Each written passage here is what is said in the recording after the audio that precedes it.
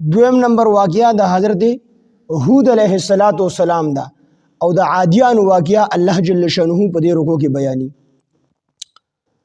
نو عاد و الى عاد اخاهم هودا، عاد شو عاد دا د نوح علیہ السلام په پنځم پوش کې او د نوح علیہ السلام د نوسی د ارم په اولاد کې او د نوح علیہ السلام د نسبی زوی د سام په اولاد کې. نوح علیہ السلام زامن حام، سام او یافس، نو دا د سام په اولاد کې په پنځم پوش کې د عاد چې دا یو سړی و په دې عادیانو کې ډومبې نوم دا یو سړی عاد او دا عاد چې نو دا د ارم چې د نوح علیہ السلام نوسی و، د سام د نوح علیہ السلام د زوی نوم سام او بیا د سام په اولاد کې د یو کس نوم عاد ارم او بیا د ارم په اولاد کې چې کوم دی عاد، نو دا د یو سړي نوم بیا دغه اولاد او غون قوم په عاد باندې مشهور شو. نو په اصل کې دا د حضرت نوح علیہ السلام په اولاد کې راځي او دا ارم شو، نو د ارم نه بیا یو شاخ چې دی دا عاد ته وتی، یو زوی عاد او بل سمود، نو دا دواړه د حضرت د ارم چې کوم دی په اولاد کې دي. نو دا دواړه د په پنځم پوش کې د حضرت نوح علیہ السلام راځي. هود شو هود، نو هود علیہ السلام دا د سام په اولاد کې د ارم په اولاد کې د سام په اولاد کې د نوح علیہ السلام په اولاد کې. بعضی وی چې د یعرب بن قحطان چې دا د هود علیہ السلام دا هود علیہ السلام د یعرب بن قحطان زوی او یعرب دا عربی جبه ابتدا د دنه شوی د نوم یعرب د دې وجنه د عربی جبه ته عربي ویل شي او د په یمن کې اوسېدو په دغه علاقه باندې دی آبادو. نو دا یعرب چې دا د هود علیہ السلام پلارو د عربی جبه ابتدا د دنه شوی، خو چې کوم جمهور مفسرین وی غوي چې نه دا عربی جبه چې د ابتدا په یمن کې بشوي د دنه، خو په دنیا کې د عربی جبه ابتدا دا د حضرت نوح علیہ السلام د دور نشوي. نوح علیہ السلام سره په کشته کې چې کم کسان بچیو نو په هغه کې د یو کس نوم جرهم او دغه جرهم نه د عربی جبه ابتدا شوی ده. دغه جرهم بیا راغلی دی او په دغه ته آباد شوی دی مکه مکرمه کې، او بیا قبیله جرهم په دې قبیله کې بیا اسماعیل علیہ السلام واده هم کړو.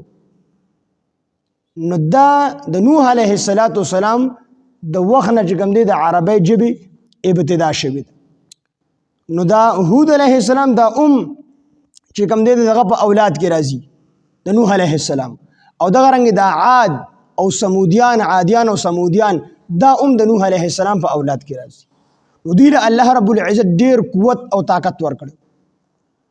بعضی روایتو کې راځي چې 40 غزه چې مضبوط کس به وبږي کنه هغه 40 غزه وګدو دنګ به 40 غزه او نارمل کدونه دا به کوم دی 100 غزو. نو کو دا روایت صحیح شي نو بیا 40 غزه وګدواله یا 100 غزه وګدول دا ډیر شي دی، ډیر لوی قوت ولا الله ورکړ. او دی به دا چې من اشد منا قوه، زمونه څوک په طاقت کې زورور شته دي، په طاقت کې زمونه څوک سیوا شته دي، دا دوا به کوله ارجته پتون وو.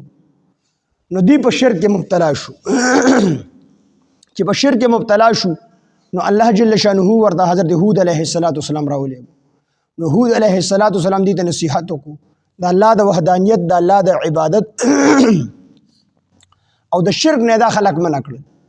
نو دې خلکو د حضرت هود علیہ السلام په خبره عمل اونکو بلکې دا غینه انکار وکړو. حضرت هود علیہ السلام د دروغ نسبت کو چې ته دروغجنې تر چې موږ د کوم سیز نه منې کوي نو په دې سیز باندې خو زموږ نیکونه او پلارانو د مخکې نه را روانو د دې بوتانو عبادت وکړو او ته اوس راغلی اوس د یو الله عبادت طرف ته موږ رابلې، نو لهذا ته دروغجنې هغه ډېر پوهه کړه خو نه پوهه کېدل. نو الله جل شانه په عذاب راوستو. نو عذاب په دې سره راوستو چې لومبې ډېر 3 کاله مسلسل په دې باندې باران نو 3 کاله په الله سوکړه راوستله. دی له الله قوت ورکړو، باغونه نهرونه ولهم الله ورکړو، هر قسم نعمتونه وته الله ورکړو او په ټوله دنیا باندې د دوی غلبه و. نو چې هود علیہ السلام ورله دعوت ورکو خبره اون منله نو الله په عذاب راوستو، بلکې دوی په خپل باندې عذاب طلب وروسته را روان دي.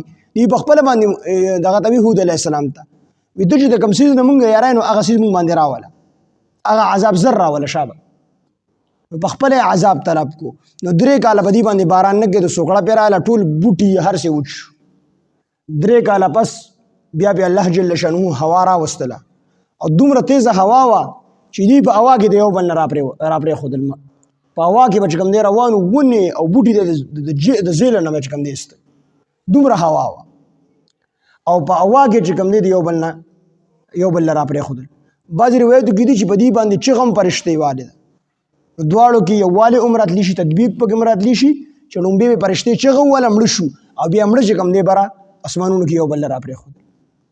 او دا د الله د خزانو نه، د الله سره د هوا چې څومره خزانې دي، وی الله صرف د ستنې د سوم برابر خوا دې ته راپرېښی. او حضرت عمر رضی الله عنه فرمایي چې د الله سره څومره د هوا خزانې دي، څومره د هوا خزانې دا ټولې په ما باندې راپرېږدي. په عادیانو چې کومه هوا راپرېښې څومره وه، د ستنې د سوم برابر د الله د قدرت د خزانو نه په یو خزانه کې د ستنې د سوم برابر سورې الله کړی په خپل قدرت سره، په خپل قدرت سره یې کړی. نو د هغې نه دومره هوا راله چې عادیان یې په هوا کړله، په هوا کې د یو بل نه راپرېښودل. کجورې د ویښه به چې کوم دی ایستلې، او دوی له الله طاقت هم داسې ورکړی چې کجوره په یو لاس باندې ایستله، دومره طاقتور کوم. نو دغه خلک یې په هوا کې د یو بل نه راپرېښودل. نو حضرت عمر رضی الله عنه فرمایي چې کو د الله دا ټولې خزانې د هوا راپرېږدي په ما باندې، او زما په اوږه باندې څادر پروت وي، او ما سینې پورې قرآن نیولی وي، نو دغه خوا به زما د څادر قدرې ونړه کوي. دومره په الله باندې پوخ یقینو، او دا د قرآن د دې برکت. نو هوا په الله راوستله، ټولې چې کوم دی نیست او نابود کړل. او حضرت هود علیه السلام او دغه سره چې کوم ملګري وو، هم په دغه کلي کې، هم په دغه ښار کې، په یو کچه جونګړه کې، حظویره ورته عربۍ کې وي، په دغه کچه جونګړه کې راجمع شي، او هغې ته بالکل نارمل هوا دننه تلله، هغې ته هېڅ قسمه نقصان ونه رسه. الله امن او امان کې هغې وساتل. قوم عاد د 14 خاندانو، او دا د عمان نه راواخلې تر یمنه پورې په دغه علاقو باندې آباد. نو هغه ټوله آبادي هغه الله چې کوم دی تتر بتر کړه. څومره ونې چې وي هغه ټولې چې کوم دی د ویښ نه دغې سیلۍ په ذریعه باندې الله جل شانه وباسلې. نو څنګه چې د ونو جرړې پرې کړې، دقه شان د دغې عادیانو د هغې جرړې هم الله جل شانه پرې کړلې. او د دې په باره کې قوم عاد الاولا هم راغلی دی، چې دا اولا لومبنې قوم عادو. نو بعضې مفسرین وایي چې د عاد الاولا نه مراد قوم عاد دي، او د عاد اخرا نه مراد سمودیان دي. او بعضې مفسرین وایي چې کله په دې باندې عذاب راتلو، نو د دې نه یوه ډله دا مکې مکرمې ته راغلې وه، نو هغه ټول تباه شو، دی الله بچ کړل. نو هغه عادي اولا شو، ډومبې عادیانو.